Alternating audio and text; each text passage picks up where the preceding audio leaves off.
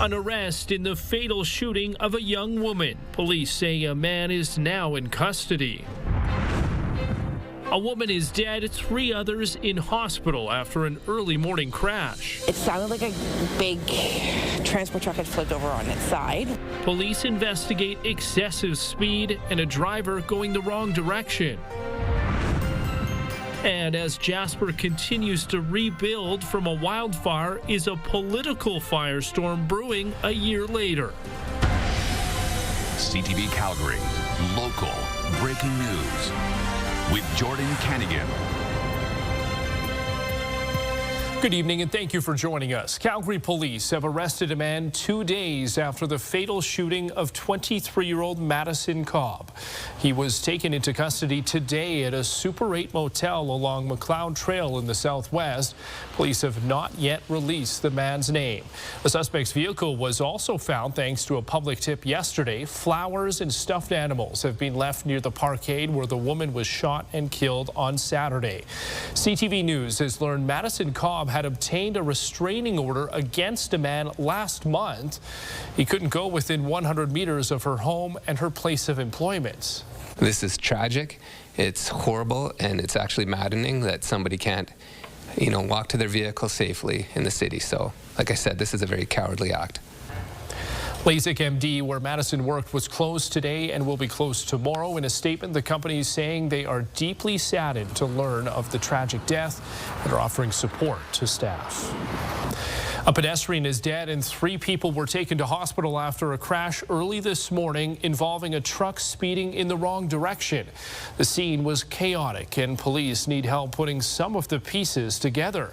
A warning, some viewers may find the content of this story disturbing. Jacqueline Wilson reports. Chaos captured in the moments after a tragic collision in the city's northeast. No, you're not. No, you're not. I'm done with this. Witness Edmund Cole says the man sitting on the road next to the burned out wreckage was driving a truck southbound in the northbound lane of 52nd Street Northeast. The collision left a woman in her 50s dead and 3 others injured early Monday morning.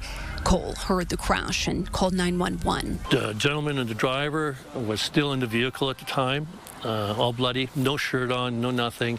I gave him a hand getting him out a bit, and then he didn't want help, and I was trying to get him away from the truck because it was on fire. Police say the F-150 driven by the man was traveling at a high rate of speed when it collided with an SUV.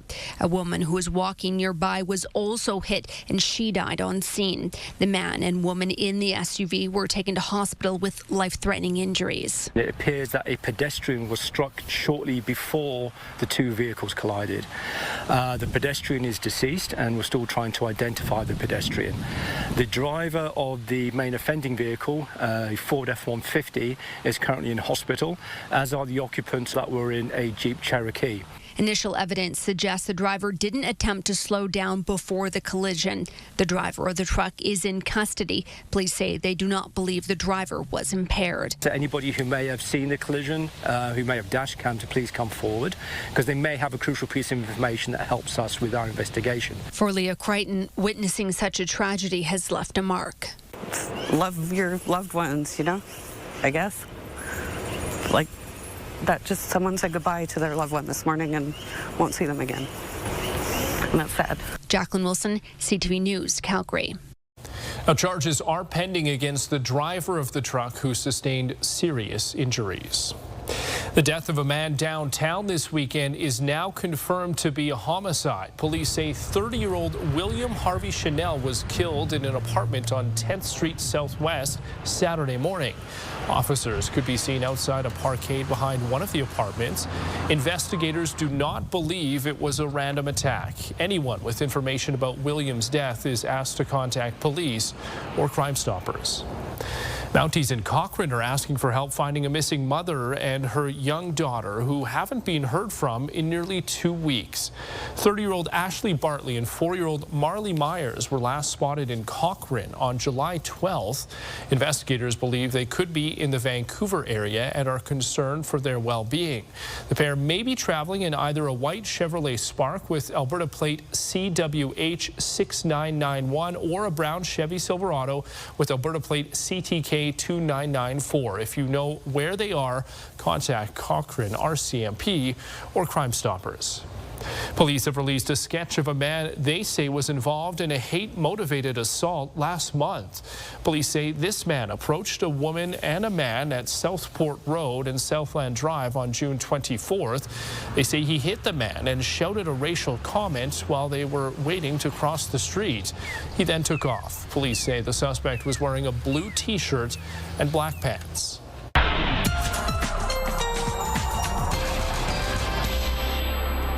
And Danielle with a look at the weather, and it has been a really, really rainy July. We've got to be done with the rain, right? Right, so we think, but no. Not quite. Tonight, tomorrow, and not only will it be rainy, it's going to be a cold one, so be prepared. Not just a rain jacket for tomorrow, the hoodie underneath or one of those big warm coats. Just 8 degrees at 8 a.m. and only a high of 11 in the afternoon. This also comes with a cold wind out of the north, gusting up to 40 kilometers per hour. The rain will be more consistent and heavy at times in the morning and then becoming more isolated in the afternoon. All right, it does warm up for Wednesday. I'll show you that coming up. Thank you, Danielle. A Calgary couple is glad to be unharmed after coming face-to-face with a grizzly bear over the weekend.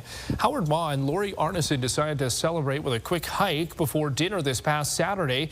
It happened on a hike on Troll Falls in Kananaskis country. It was an empty trail. The couple had stopped to take photos when they spotted the grizzly coming towards them. Ma started taking this video as the pair slowly walked away, but the bear followed. They started picking up the pace when the grizzly raised onto its back legs and lunged towards them. Where it got really large and it showed its claws, and it felt like it was going to attack us. So that was really, really frightening. And so I put up both my hands, made myself as large as possible, and just roared as loudly as I could. Now, the two admit they were not properly prepared and say they'll always carry bear spray when hiking from now on. They reported the encounter to Alberta Parks, and a bear warning is now in place for the area. Premier Danielle Smith is reacting to a report by the Globe and Mail that says one of its reporters is being targeted by an anonymous account online. The Globe and Mail posted its article earlier today stating reporter Carrie Tate has been followed and photographed in public settings. The pictures were then posted online by an account called The Brokedown, which is now being suspended. The posts include pictures of Tate meeting with two former UCP political staffers. Smith says her government has nothing to do with it. I condemn it. No one should be harassing anybody, and I don't comment on sock puppet accounts. I have no idea who's behind it, and so if there's criminal harassment, I hope that the RCMP finds them and punishes them to the full extent of the law. Tate has published multiple stories about former AHS CEO Athena Mentzelopoulos, who alleges she was fired for investigating private healthcare contracts handed out to MH Care. Now, Smith is in Ontario right now for a premier's meeting. It's been 1 year since lightning strikes ignited a wildfire that overwhelmed the town of Jasper, burning a third of the community. Recovery is a complicated work in progress, and a recent report on the fire has fueled political tension. CTV's Jeremy Thompson reports from Jasper. The glow from the fire that hit Jasper was visible more than 80 kilometers down the highway that day. A wall of fire Parks Canada assessed at 50 meters high, propelled up the valley from the south by dry conditions and strong winds. As the incident commander for the municipality of Jasper, I do believe there's nothing we could have done. There's no amount of resources or firefighters or air tankers that could have stopped that fire. Crews tried to stop it. Fresh fire breaks, sprinkler systems, and teams on the ground couldn't stop homes and businesses catching fire from flaming debris raining from the sky. You're always going to have an ember shower. Ahead of that fire will come the flying debris that will ignite something in your yard, something on your property. Jasper is reviewing how the fire response could have been done better. An after-action report commissioned by the town and authored by 2 consulting firms was published last week.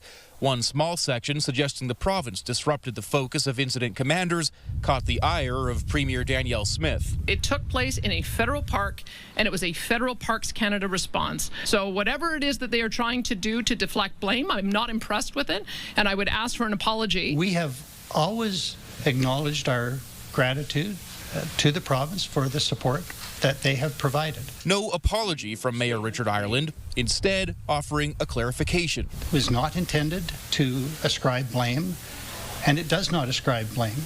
It describes circumstances. The Premier also criticized Parks Canada's forest management before the fire, calling the efforts poor. Parks Canada maintains it has been properly managing fire risk in the forest around Jasper. This is one of the areas where crews have cleared out certain trees and a bunch of other fuel. It is expensive work, and Parks Canada staff say it's a fine balance between public safety and keeping the area natural. We did have a lot of fire risk reduction work on the landscape prior to last summer's fire, but the month of July last year was simply off the charts in terms of the hot, dry weather. Officials with Parks and the town say the most practical improvement to reduce damage next time around is to get more people to fire smart their properties. Rebuilt homes will do that by default. The fire department is also rolling out a residential sprinkler system to be activated when the fire risk is high. In Jasper, Jeremy Thompson, CTV News. Now, the Insurance Bureau of Canada is asking the federal government to lead talks with the province on Jasper's disaster recovery. IBC says that as of July 7th, officials have only issued rebuilding permits for 56 of the 358 buildings that burned down in Jasper. That's much slower than after the 2016 Fort McMurray wildfires. Part of the complication is the added regulation from the town being inside a national park. IBC says a lack of coordinated and standardized response is also an issue. The Bureau says delays are becoming an issue after large-scale natural disasters. The city is looking at turning the former Aurora Business Park in northeast Calgary into a new neighborhood. The area has been given the indigenous name Natusianibi after an honored Blackfoot elder. The northern two-thirds of the green space is set to become a transit-oriented community under a new area structure plan. Up to 73 new homes could be built there in the future. The southern third will be preserved as a large green space with Nose Creek running through it. Still to come, the warning about some of the men active on dating sites here in Alberta. Social media posts warn women about convicted killers allegedly found online. You're watching CTV News, Calgary. There is growing alarm online after recent social media posts warn two men convicted of killing women are active on dating apps in Alberta. The mother of one victim and some groups behind the warning post say it's about protecting women, but legal experts say it raises ethical questions about privacy and vigilantism. Terry Fikowski has this exclusive report. Ladies, be careful. Warning circulating on social media about two men with violent pasts active on dating apps in Alberta. Women on Wings Society, a domestic violence support group, posted, "Ladies beware," after seeing a profile on Facebook dating for a man convicted of manslaughter and causing indignity to the body of a Calgary mother. You know, if these women are not fully aware of the background of these men that are on these dating sites or who they're meeting, there's a lot of potential for danger there. The victim's mother also worries women may unknowingly end up on a date with her daughter's killer. Because to me, people don't change. Anyone that's been charged or incarcerated with causing bodily harm or causing death, they really should come with a warning. Other posts, like this one by Lost Souls Media, warn of another man convicted of second-degree murder of a woman in BC, now living in Calgary and spotted on dating apps. But a criminal defense lawyer says these men have been released from prison and served their debt to society. When they're done, they're done. And they are entitled to all the rights and privileges of any other Canadian. How did he serve his time? He was sentenced to life in prison and did 7 years. He didn't serve his time. CTV News is not identifying the men because while we've seen the dating profiles, we reached out to both men to confirm they were created by them and aren't fake accounts, but did not hear back. The social media posts are also concerning for this legal expert who worries they could lead to vigilante action. There have been lots of cases where individuals have misidentified someone, done harm to the person they've misidentified, and then face criminal charges themselves. So it's rolling the dice, and I don't think they should be doing that. But to some, the warnings are warranted if they could possibly prevent another tragedy. Me, her kids, her family, we get life. We get life without her. Terry Fikowski, CTV News, Calgary. Now, because of Clare's Law, people can contact police and ask whether they're at an elevated risk of domestic violence from their partner. A significant increase in the number of measles cases over the weekend. Alberta Health Services is reporting 47 new cases across the province, one of those in Calgary. The total number of measles cases is now over 1,400. Alberta's Chief Medical Officer of Health last spoke publicly about the outbreak on May 5th. In June, a letter went out to parents about the spread of measles, encouraging families to ensure their vaccinations are up to date. 1,700 cyclists hit the road for the annual Enbridge Tour Alberta for Cancer.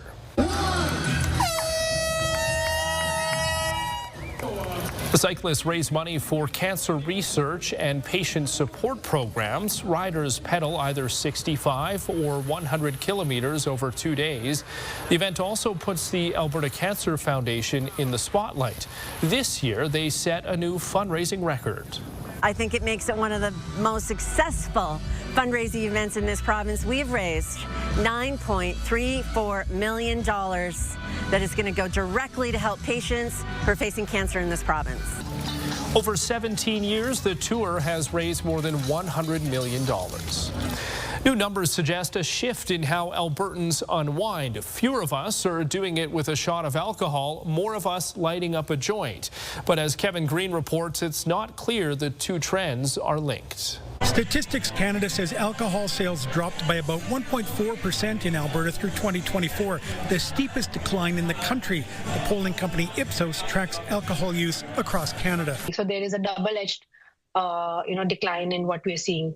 Lesser people are drinking, and those who are drinking less often. The polling company also asked people why they drink less. In general, they're kind of keeping track of their health and alcohol not being consumed because they are focusing on their physical and mental health. Inflation is also a factor, according to Brock University business professor Michael Armstrong. It's hard to find a good job. It's hard to afford housing. So if you're going to cut back on something, alcohol is an optional expense, a discretionary expense. The founder of Toolshed Brewery saw the trend coming right in his own home. You know, I have 3 sons in their 20s, and when they come out for a beer, they have a beer, and then they have a non-alc, and then they have a beer, and then they have a non-alc. It's very different than when I grew up. That was not the case. Now his company makes an award-winning non-alcoholic beer, and its sales are soaring. You see the trend continuing? Yeah, absolutely. I think as a craft brewery, we're looking at where the market is going. You always have to be looking ahead at where the trends in the market is going. At the same time booze consumption drops, cannabis sales in Alberta are up 7%, rising to more than $760 million. The manager of Record High agrees economics are a big factor. So people can get 4 pre-rolls for the price of a beer or 2. You know what I mean? So the experience can last longer for them. They can enjoy a product longer than maybe just a single drink or 2. While it may be tempting to say cannabis is stealing alcohol's buzz, experts say it's more likely that legal cannabis is relatively new with greater growth potential than an aging alcohol market. Kevin Green, CTV News, Calgary. Well, don't put those rain jackets away just yet. The wet weather will continue. Danielle will have more for just how long in her Skywatch forecast next.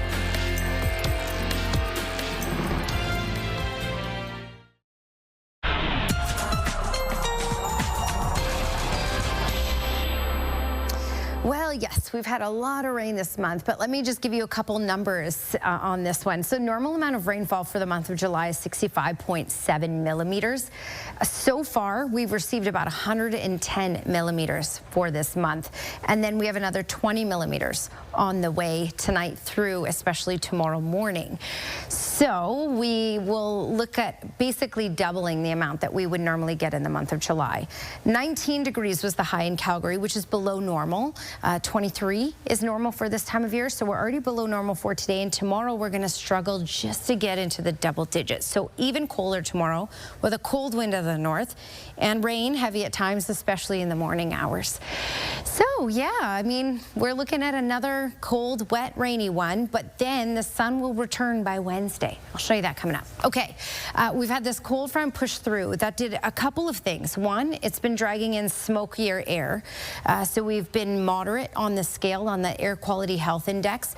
The rain that's falling and the also change in the wind direction over these next 12 hours will start to clear that smokier air out. So we'll notice a bit of improvement starting to kick in with regards to the smoke tomorrow. But the rainfall will last through the day, especially tonight through the morning hours is when it will be the most intense. Then we also have the system stateside that's pushing up some rainfall. It's all colliding, which is why we're looking at some decent rainfall totals from this. So overnight tonight, rain heavy at times. Up the higher elevations of Highway 93, we're looking at even rain mixed with wet snow. In Calgary, just rain, heavy at times through tonight, tomorrow morning, and then starting to break apart and become tapering off really and becoming more isolated closer to about 4 in the afternoon tomorrow. Cloud cover will linger around throughout the rest of tomorrow, and then by Wednesday we are looking at sunshine. So when we look at total amounts from this system throughout the rest of tonight and through tomorrow, anywhere closer, this is the bullseye area, Calgary down through Claresholm over to parts of Kananaskis, 30 millimeters in total possible. And you can see lesser amounts likely for Lethbridge over to the Medicine Hat area where we're looking at 3 to 7 millimeters. Okay, longer range forecast for Calgary, just a high of 11 tomorrow. Cold, biting wind to the north, gusting to 40 kilometers per hour, which will make it feel even colder, and rainy, especially in the morning, starting to let up in the afternoon hours. But by Wednesday and Thursday, the sunshine returns, stable weather returns, 20s in the lower 20s for Wednesday, and getting to those higher 20s by Thursday. Thank you, Danielle. Up next, they're not letting a little cooler weather put a damper on plans. Corgis take to the beach, all for a good cause.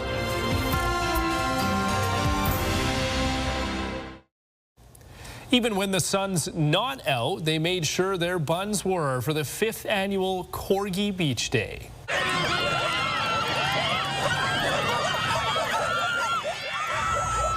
Devon, just south of Edmonton, was run over with dozens of short-stacked cuties. After racing to the finish line, the Corgis, with their luscious coats, hit the beach to cool off along the North Saskatchewan River and mingled with other four-legged floofs, all the while driving people wild with their high-energy cuteness.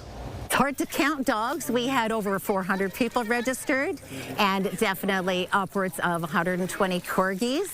And so the fun and the cuteness overload continues to grow every year. Well, they even held a loudest bark contest. Proceeds from the event is going to a local animal rescue organization. Well, that's it for our show this evening. Thanks so much for watching. We'll see you here tomorrow.